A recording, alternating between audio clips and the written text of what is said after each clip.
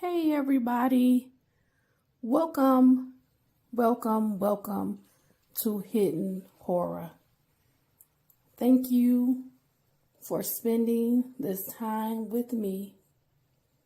I appreciate that. Let's get started.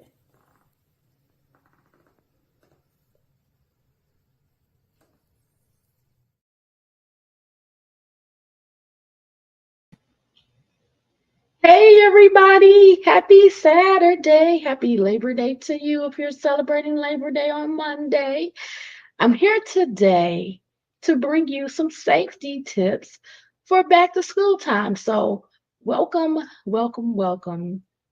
to Hidden Horror. I said I might do it right. I know a lot of people are already aware they're actually in school mode now. The fall is coming, right? And it's time for our kiddos to go back to school. So I'm here today just to highlight from the perspective of law enforcement and school administrators some safety tips. How can we keep our kids safe, protected, being able to feel comfortable in school, focused in class, being able to do the work, not concerned about any fears. And you know what? If they have some, what can they do about them? Who should they talk to? Who can they talk to? And also, how important is it to have a routine for your kids, right? Getting them up on time, getting them up early, getting them to school on time, making sure that they have something to eat, whether it be packing them snacks or lunch and water, or taking them to school where they have lunch and breakfast at school, right? Some kids are in after school programs. How is that going to work? How is the pick up and drop off times? Who's picking them up? Are the kids aware? Are they informed, prepared? Do they know their schedule? Do they have a routine in place? Do they have an understanding if they're riding their bike to school or if they're walking to school? In all ways, we never want them to ever be alone. That is a big part of how kids are targeted, how they're approached, because they are vulnerable, because they are alone. We don't ever want them to be alone. If they can walk in a group, if they have after school programs where they can walk with somebody after school, or there's an adult that picks them up and can monitor the situation. So I'm bringing you an article today. I've linked it on the Hidden Horror Facebook page. This article is by, let me pull it up.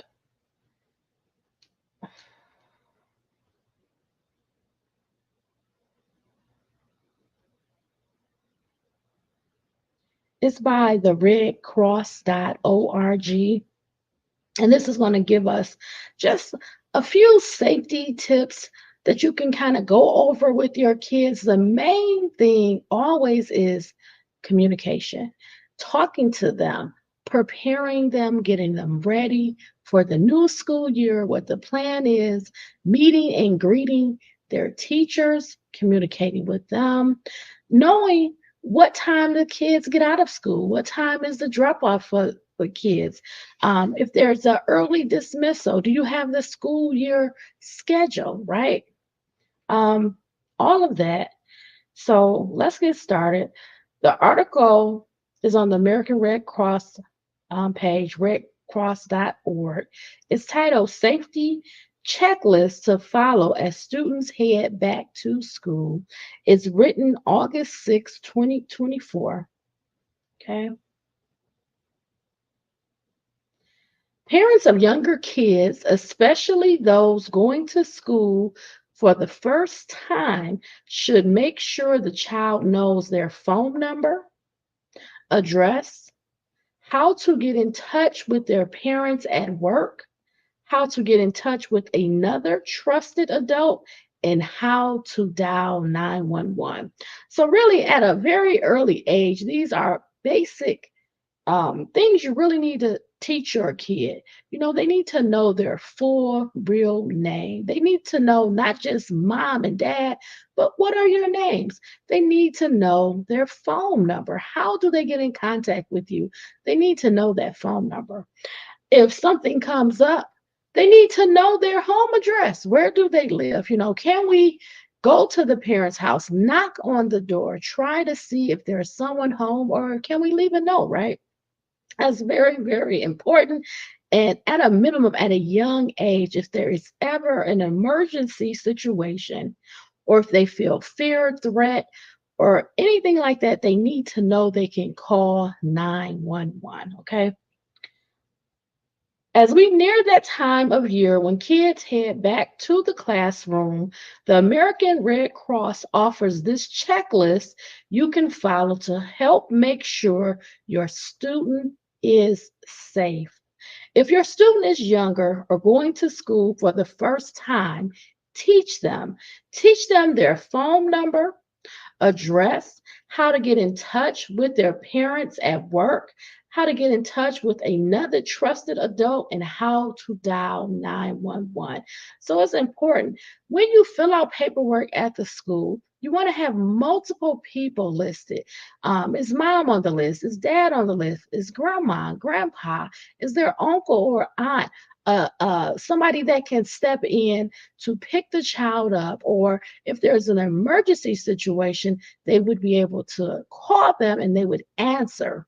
Not just someone that's on the list, but they would be able to answer, respond, and get activated. Get up to this school or reach out to the parent, okay, or that trusted adult, okay.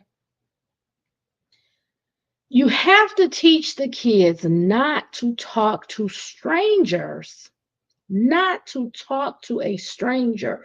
A stranger is not someone that's friendly, someone that's kind, someone that offers candy, someone that appears to be someone that's trusted. You can't just talk to anybody, right?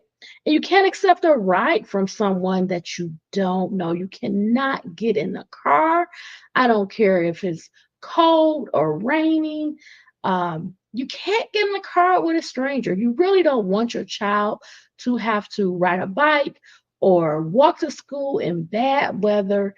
Try to get some carpooling where they can pick up multiple kids. A trusted parent at the school could pick up multiple kids versus have your child either ride a bike to school or walk in extremely bad weather, rain, snow, etc. Okay, if your child walks to school, teach them to walk on the sidewalk. If no sidewalk is available, walk facing traffic. The reason you want to walk facing the traffic is because the cars coming forward will see you. But if you're walking against the traffic, then they may not see you, okay? Stop and look. That means that they want you to look to the left and look to the right. Maybe do it twice to ensure that another car doesn't come really quickly, right? So you want to look to the left, you want to look to the right, and maybe look again just to make sure another car has not come on the road very quickly, okay? So stop and look left, right, and left again to see if cars are coming, okay? We don't want any kids to have an accident. You want to cross the street at the corner. So you don't want people, they call it jaywalking when you just cross the street wherever. Sometimes when you're a little person, people can't see you. The car may be taller than you. And if you're crossing, that person driving the car may not see you. So if you walk at the crosswalk, that means that the car has to stop.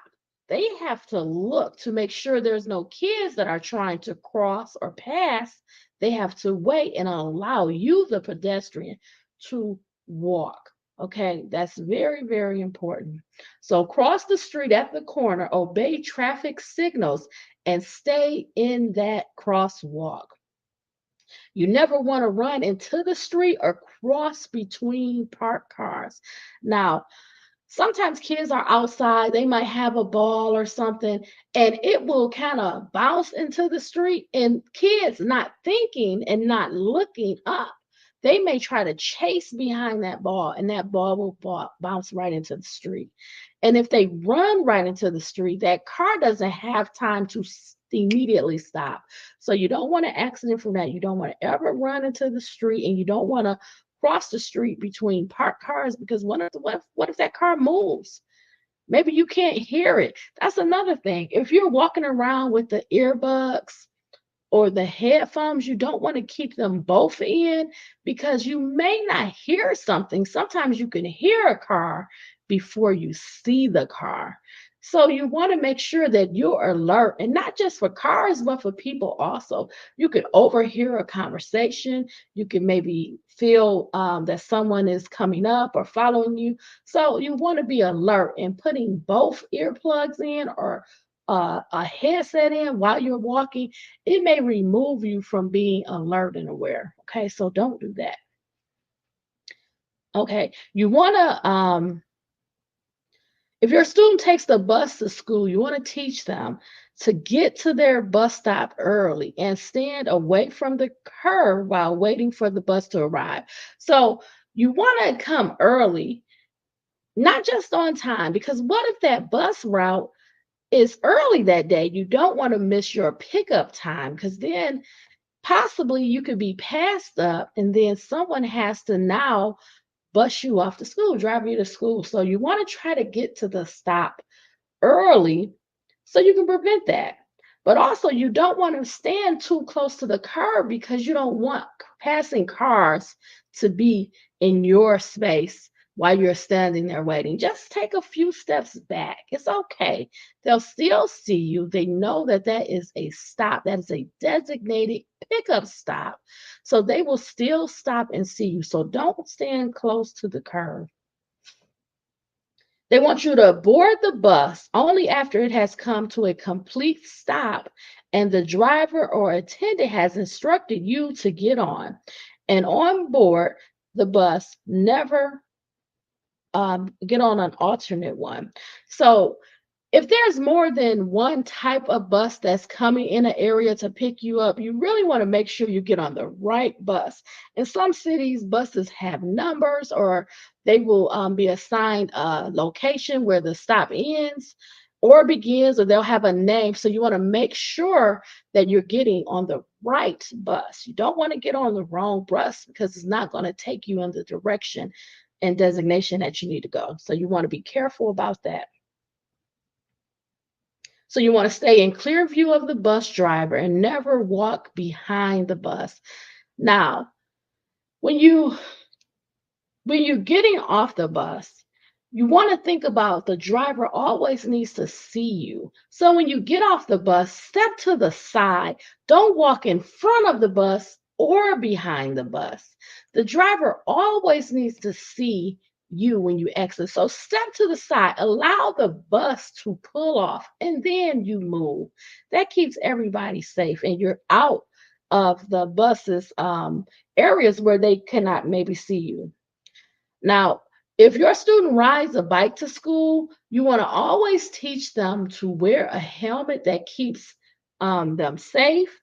And then they want to ride on the right in the same direction as the traffic is going, because people need to see you. Okay. Again, now, if you drive your child to school, you want to teach them to always wear their seatbelt. And it's not just when you're driving to school. You want to always wear a seatbelt every day. Car accidents, they can be catastrophic.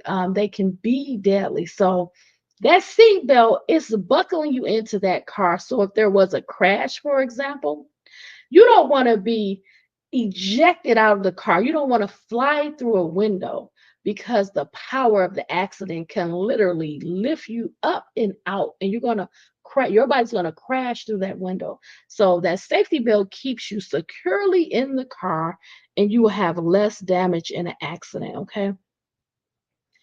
Now, if you have a younger child, in some states you have to purchase a booster seat. Every state is going to be different, but that keeps them securely in that seat. Okay. So they have different ages, but if you need to buy a booster, some places will even give you a free booster if you don't have the money. But if you need to buy a booster for your younger child, do that. Okay. Now, if you have a teenager that's just driving to school, you know, I mean, we can go on and on about teenagers, but you have to teach them.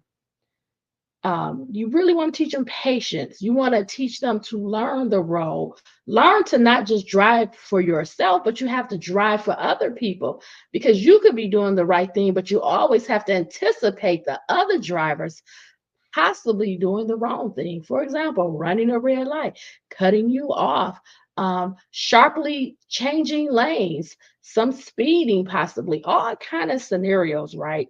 So you want to teach them, I would say, defensive driving, not just driving along and you doing the right thing, but also being aware, alert of the other drivers, the drivers that are behind you, the drivers that are on the side and in front of you, and also give drivers space. So if they need to change lanes or if there's an abrupt stop, you have enough distance between yourself and the car in front of you that you can have time to respond.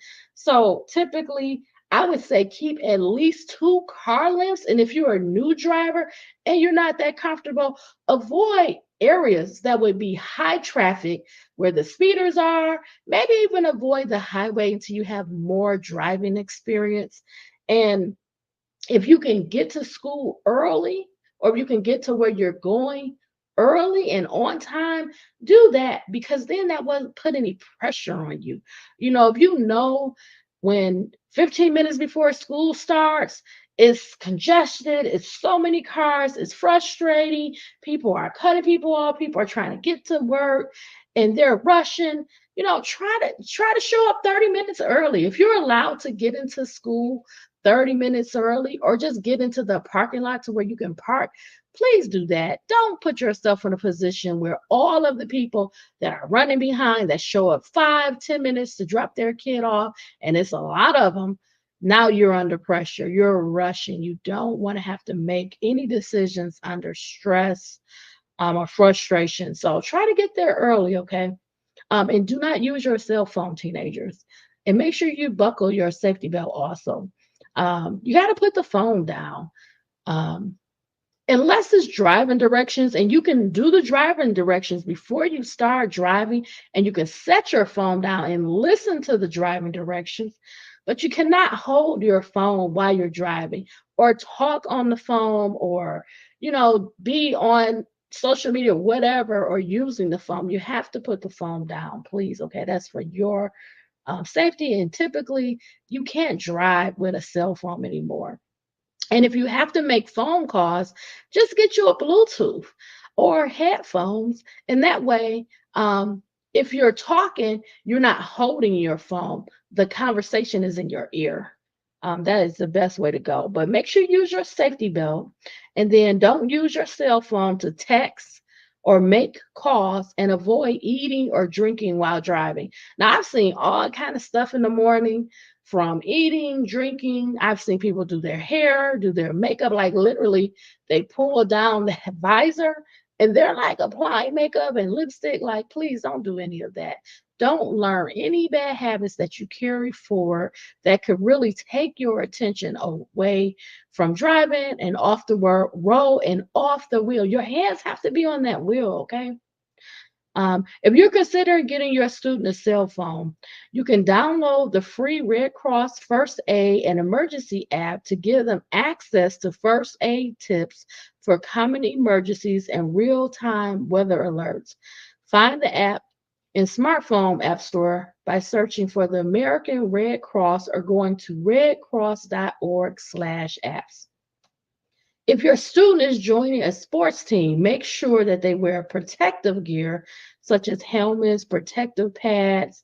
Um, you want them to warm up and also cool down. Stretching is also important before you start any practice.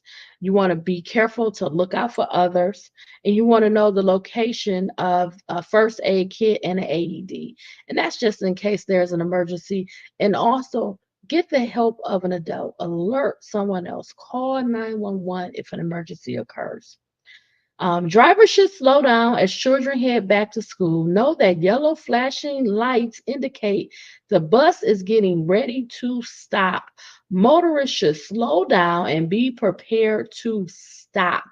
Red flashing lights and extended stop sign indicate the bus is stopped and children are either getting on or getting off. So please, if you are driving, do not go around that school bus. You do not want to have an accident or an injury because you failed to stop. You have to stop. You cannot speed up. You cannot go around the school bus. You just have to stop. You have to be patient.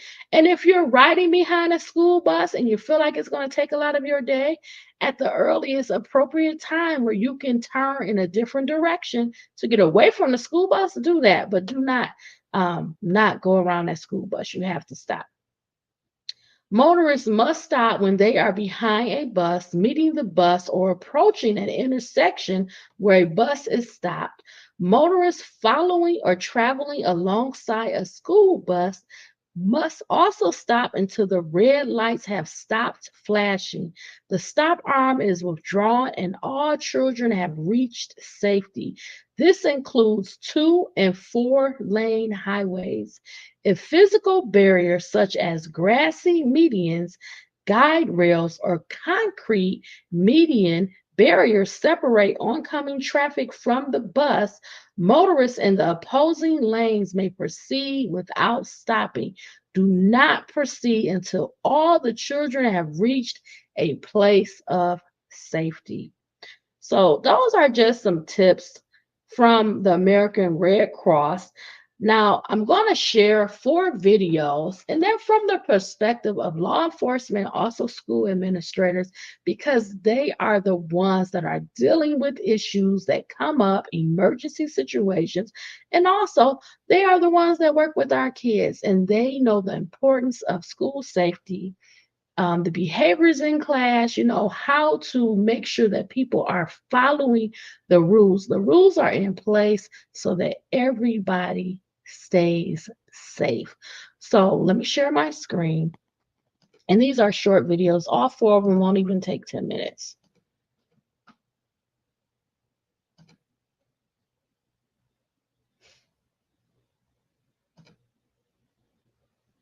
Okay.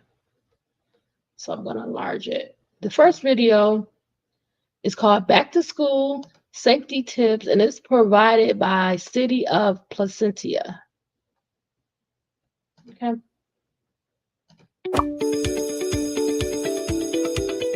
Hello, I'm School Resource Officer Alex Jung with the Placentia Police Department. With the 2024-2025 school year right around the corner, I wanted to remind everyone to expect more pedestrians and vehicles in school zones and provide you with some back-to-school safety tips. 1. Obey all school zone speed limits and all traffic rules. 2. Be aware of pedestrian crossings and do not block crosswalks. 3. Always stop for school buses when the red lights are flashing and the stop arm is extended. 4. Never pass any vehicle stopped for pedestrians. 5. Load and unload students only in designated areas. 6. Respect the crossing guard and follow all their instructions. 7. Put away your cell phone. Stay alert and focused and keep your eyes on the road. 8. When traffic signals turn yellow, slow down and prepare to stop. Don't risk running a red light. 9. Allow for plenty of time for drop-off and pickup so you are not rushing. 10. Finally, plan out the safest route for your student if they walk or ride their bike to school. Thanks for listening, and we wish everyone a safe and successful 2024-2025 school year. Okay, so that was really nice. I agree with all of the advice. Those are the first responders, right? Law enforcement, police officers, they know what they're talking about. They don't want to give you any tickets. They want traffic to flow. And though I know sometimes it's congested, sometimes it's a lot of people kind of submerging in an area, you just have to have some patience and you might be late sometimes. It happens, unfortunately, but please try to have your patience ready so that everybody stays safe. So let's go on. We're going to go to our next video. So this video is called Back to School Safety Tips. It's by WENY TV News, and it's under 2 minutes. It's almost time for kids in New York to head back to school. And WENY's Alexander Dern has some tips on how your kids can stay safe as they start a new school year. For parents, it's important to share safety transportation tips with your children to help them stay safe and healthy throughout the school year. For any of the walkers, you want to make sure that if possible, they're walking in a group. It's always safer if there's more than one kid in a group. In this day and age, it's easy to get distracted with technology. Chemung County Sheriff Bill Schramm says it's important to pay attention and be alert. Make sure you have one earphone out when you're walking to and from school. So they can hear if somebody's approaching, they can hear if something's going on. They become aware of any dangers that might be around them. Stranger danger is a real warning to children that all strangers can be potentially dangerous as well. Sheriff Schramm says it's important to avoid speaking to strangers, especially when you're walking alone. If somebody approaches you, one of the easiest ones to kind of entice a child to maybe join them is, hey, I just lost my dog. I lost my pet. Can you come help me, find the pet and, get him back to where he needs to go? And, some children would fall for that pretty easily. It seems a little obvious, but always remember to look both ways before crossing the street. They should choose an intersection that has a crossing guard, if possible. Most areas in the major intersections have those going to and from the schools, so that's always a good place to do it instead of crossing in the middle of the road where people might not see it or expect you to come out. And remember, fines are doubled when you're speeding in the school zones. Make sure you slow down when kids are heading back to the classroom. Reporting in Elmira, Alexandra Dern, WENY News. $1 million. Okay, so I was making a few notes because I didn't want to interrupt the video because it was so short, but I just wrote a couple of quick notes. What I wanted to suggest, there's a free app. It's called, maybe I should say any names, but there are free apps out there. And these apps allow families to be on the same app and you can see the location. So for example, if mom, dad, and the kids are on the app, they download the app, it's going to show where they are. It's a map. So you can put locations in like work, dad's work, mom's work. Say you have a child, the name of the school, and it's going to show the movement. So for example, if mom heads to work and dad drops the kids off, it will show that the kids were dropped off and what time, and it will show them on the map where they are, as well as mom's at work and now dad is en route moving on the map. So those are free apps. You can do something like that. Something else I was thinking about, if you have children that have to commute to school either by bus or they're walking or with their bike, and they're not able to be in a group, they're not able to have another fellow student from the same school go with them. I want them to be really, really careful, be alert.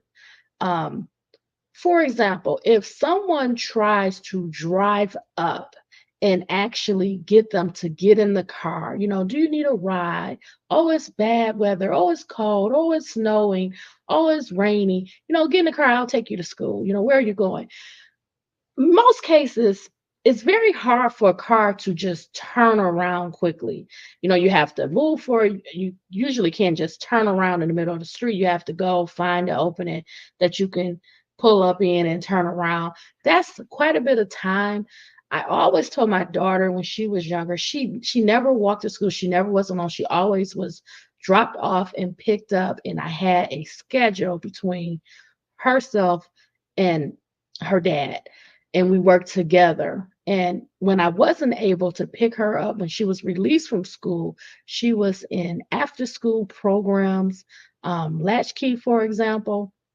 And those programs are good because a lot of the schools have them after school, and a lot of the programs they're amongst their friends or people they know, they're familiar with, and some of the teachers or staff also run those programs. So she was comfortable being after school. They have fun activities. Um, at one point, one of the programs provided a snack. And now that she's a little bit older, they have different programs because they have all kind of extracurricular activities, but they also have after school tutoring. So that also helps because say I can't pick her up on time. Hey, drop in the after school tutoring and then I'll be there in 15 minutes or 20 minutes or whatever the time. So those are some things you can think about. Now, if your child absolutely has to do things very independently because they don't have a fellow classmate or they're just not able to walk or bike or bus with someone else, I would really highly recommend um, either getting them involved in karate, self-defense class, or you can do stuff online to learn how they can protect themselves. They can learn skills, how to combat block someone if someone was to try to come up. Because you have people that are literally walking up to kids now and trying to kidnap them, grabbing them. So there are ways to block it, back them up, you know. Running is an option, of course. Sometimes you can't get away if it's something that happens very quickly. So you want to fight back, you want to make noise, you want to do everything you can not to get usually in that car or trunk because they're trying to kidnap them. So that's very, very important. And I can also attest for my daughter, she was very, very shy, very sweet, very nice, great personality. But if you talk to her harshly, if you said something like, your mother told me, it will really break her spirit. And she was little, you know, she was the only child. So she might go with somebody if they handle her in a certain way. So that's why I always made provisions to make sure she was safe. And I put her in karate at a young age because it actually strengthened her. It gave her discipline, it gave her a voice, and she loved karate. She learned how to protect herself, and it gave her that extra boost that she needed, you know, to say no. You know, they teach them words, they teach them movements. It's physical exercise. I mean, it did a great deal for my daughter. She still remains sweet, but she knew how to use her voice. She knew how to say no. She knew how to back people up in the space. No, I said no. And she knew how to handle things because we talked, we went over scenarios, we would practice. So mom was with her along the way. That's why it's very important for you to just be there for your kids. So anyway, let's go on to video number 3, and then we'll have one more after that. Because we have to get the law enforcement side also. Let's hear some tips from them and what they recommend.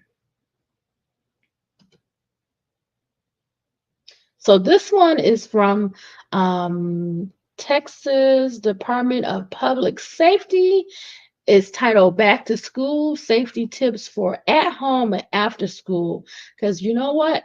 When these kids gotta get out of school, sometimes we're still at work, right? We're still working. Unless you have some flexibility, you may be working to 4 p.m., 5 p.m., etc. And your child might have to walk home or get home from school, bike, bus. You know, what are some of the things they need to know after school when they're at home and possibly alone? And this is where you can really partner up with people in your community, in your neighborhood, or neighbors that you trust that can kind of look the kids a little bit, make sure they're getting in the house. If they're using a key, make sure that they're safe. So I think this is an excellent video to talk about that. And it's only a minute long. Okay, let's get started. Good morning, Highway Patrol here with essential safety tips for when your kids are home alone and after school. First up, always have a list of important phone numbers in a visible place. Safety starts with being prepared. Make sure all doors and windows are locked and teach your children not to open doors for strangers. It's all about keeping them safe and secure. Discuss and practice basic safety rules like not using the stove or microwave without supervision. And remember, regular check-ins via phone or text can make a big difference. Role play different scenarios together. It's a fun and effective way to prepare your children for any surprises they might face. After school, go straight home or to a prearranged location. And once you're there, check in with your parents or a guardian immediately. If you stay for after-school activities, make sure your parents know your schedule. It helps them keep track of where you are and ensures your safety. Staying safe at home and after school is easy with these simple tips. Have a great school year, and remember, we're just a call away if you need us. Stay safe and take care of each other.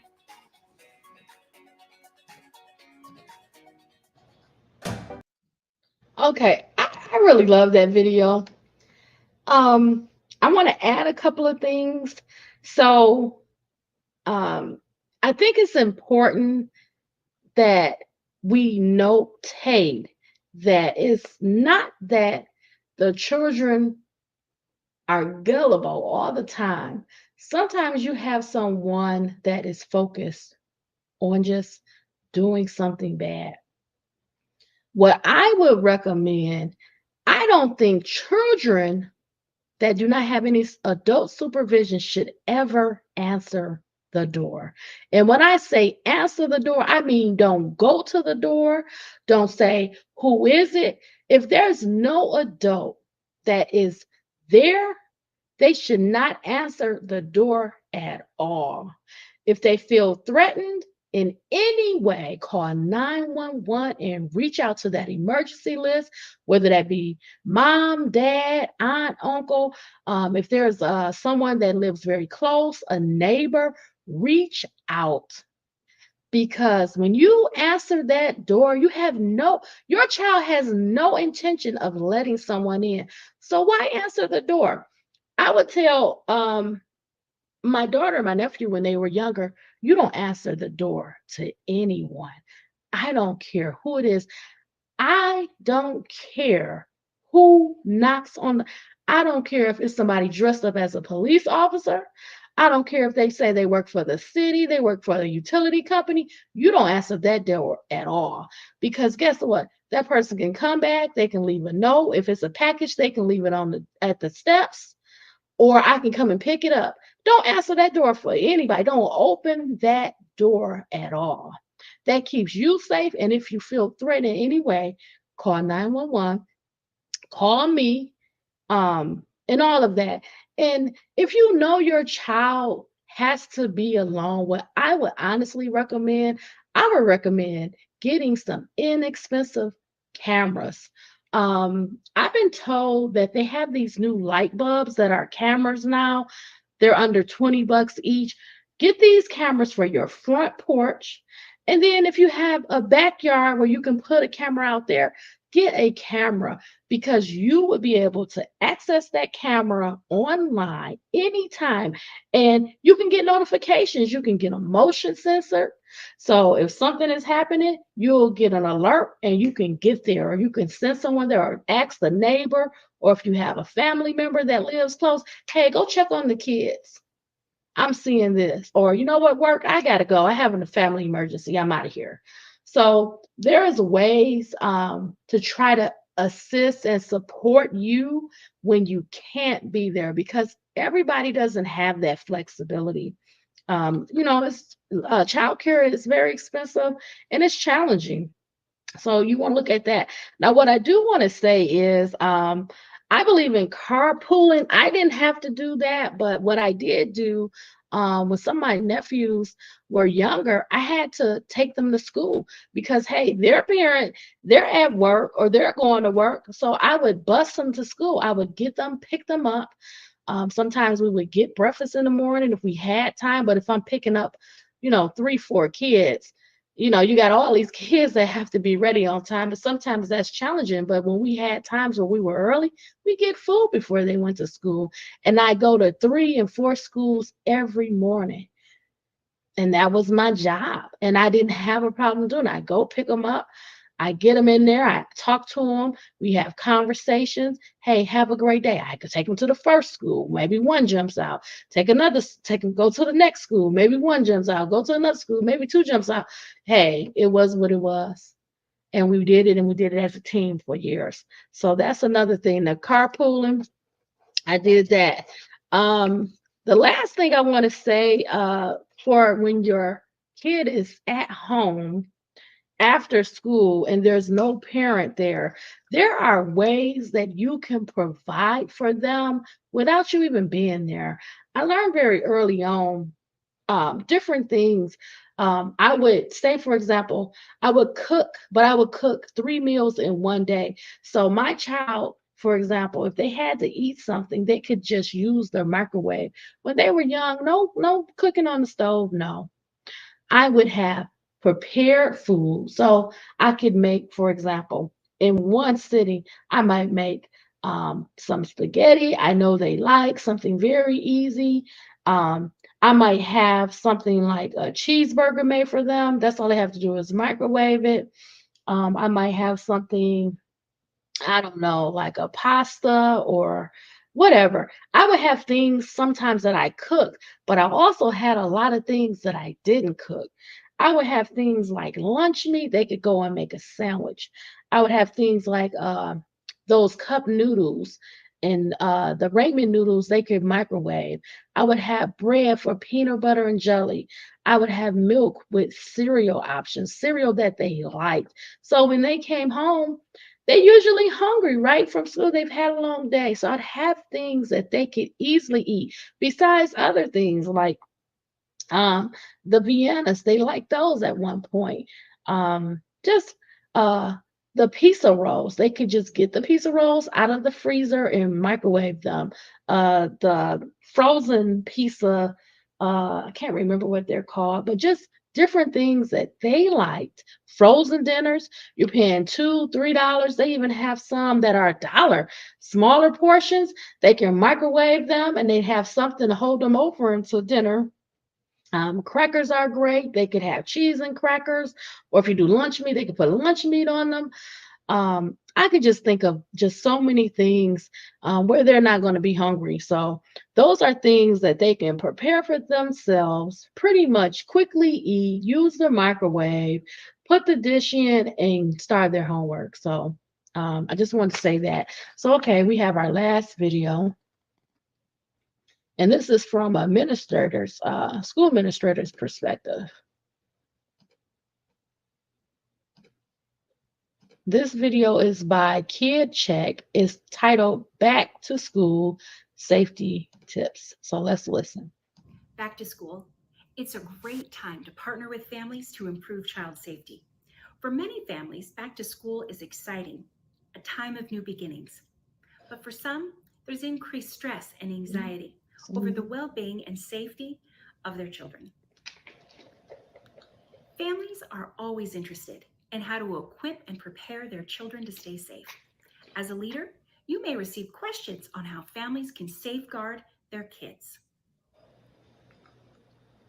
Most of the child safety information that families receive is about stranger danger or the risks of online activity. But focusing on just those two topics is no longer adequate. Kids need to know how to stay safe when guardians or family members aren't with them. Today, I'm going to share with you the top 5 safety tips that you can share with families on how to improve child safety in the new school year. Safety tip number 5. Advise families on building strong communication channels with their kids, tweens, and teens. This will help the kids feel more comfortable coming to them or speaking up when something doesn't feel right. Safety tip number 4. Suggest families volunteer for organizations where their kids participate in activities. Places like school or Sunday school, sporting events, or extracurricular activities are great places for families to make their presence known. Safety tip number 3. Urge parents or guardians to speak up if they're uncomfortable with a specific situation or someone else's behavior. I know this is a challenging step, especially for non-confrontational people, but remind them their responsibility is to the safety of their child, not an offended adult. Safety tip number 2. Encourage families to trust their instincts and let their children know it's okay to trust theirs if something doesn't feel right. Teaching kids to listen and respond to that inner voice is an important safety step as they get older. Safety tip number 1. Strongly encourage families to pay attention to who's paying attention to their children.